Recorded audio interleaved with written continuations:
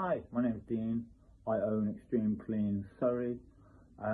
Just a little talk through of how we make our pure water.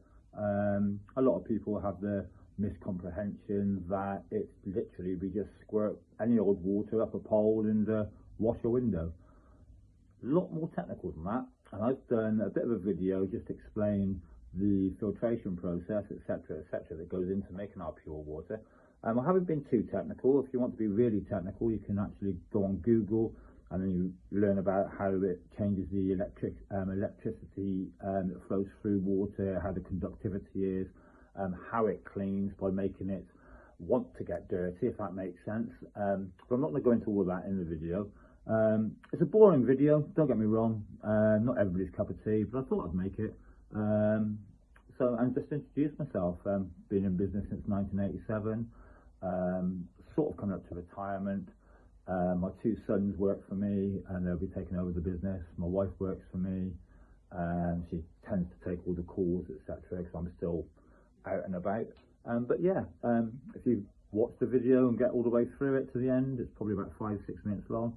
Fair play to you. Unfortunately, you don't get a discount on your next clean, but it's there for you to look at. Okay, nice to meet you all. Here is part of the journey of how to make pure water. Normal tap water in Surrey has a reading of 291 parts per million of impurities. As you can see by this stick here, that indicates it's also hard water. So the journey of the water is it comes through the house like everybody else's, except ours stops under our kitchen sink and then goes through a water softener. That turns hard water to soft water. As you all know, soft water cleans better than hard water, and as you also know, hot water cleans better than cold water. It then comes outside into this separate water meter. So we have two water meters, one for commercial use, one for domestic use. It goes down, not this green one, that's my garden hose. It goes down this yellow hose, which you will see goes through an insulated pipe along the bottom of the house, and it goes past my pond and into the, just see it, into the garage. Now hard water with a reading of 290 plus. If you cleaned your windows with that, would just dry and leave line scale and spotting everywhere, a bit like your shower doors. By softening it, you don't get as much line scale, but it's still 293 parts of impurities. This is why it has to travel into our rather large purification system, which is heated in the garage, which I'll show you in a moment.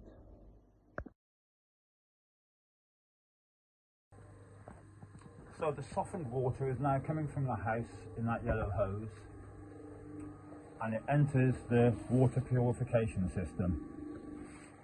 First of all, the water, which has been softened, enters into this first filter. This is a very fine filter. From the fine filter, it goes into a special carbon charged filter.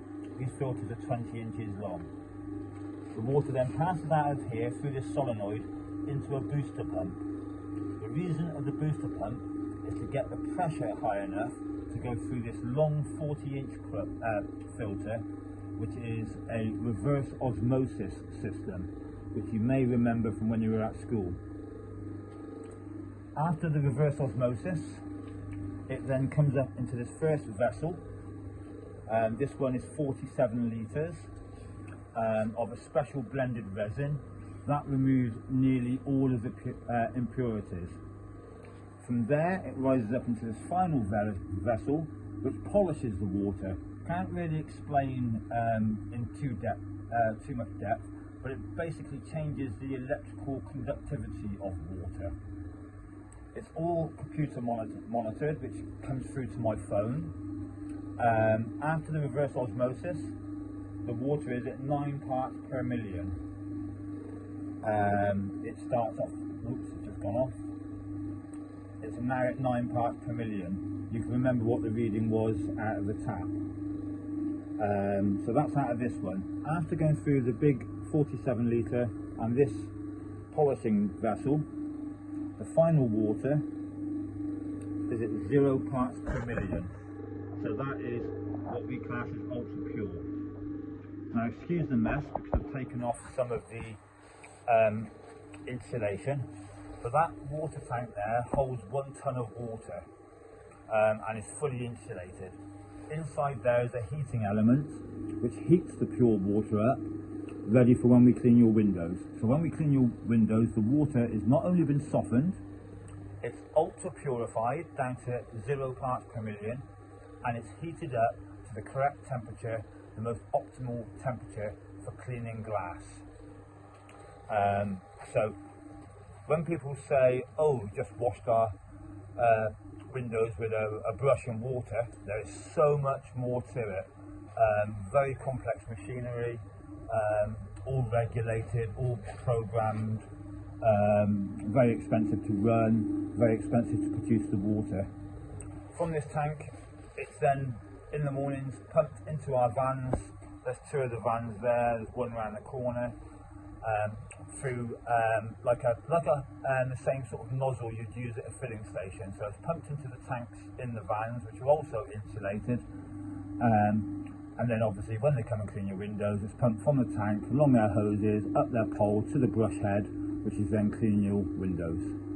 So a lot more to it than what people think to get purified water, but it leaves such a long lasting clean compared to the old-fashioned method where you used normal tap water with washing up liquid in it, because that literally left a film of sticky soap residue which attracted dirt, which is why normally if you have the old-fashioned method you have to have your windows cleaned every 2 or 3 weeks, where with this we recommend every 6 weeks.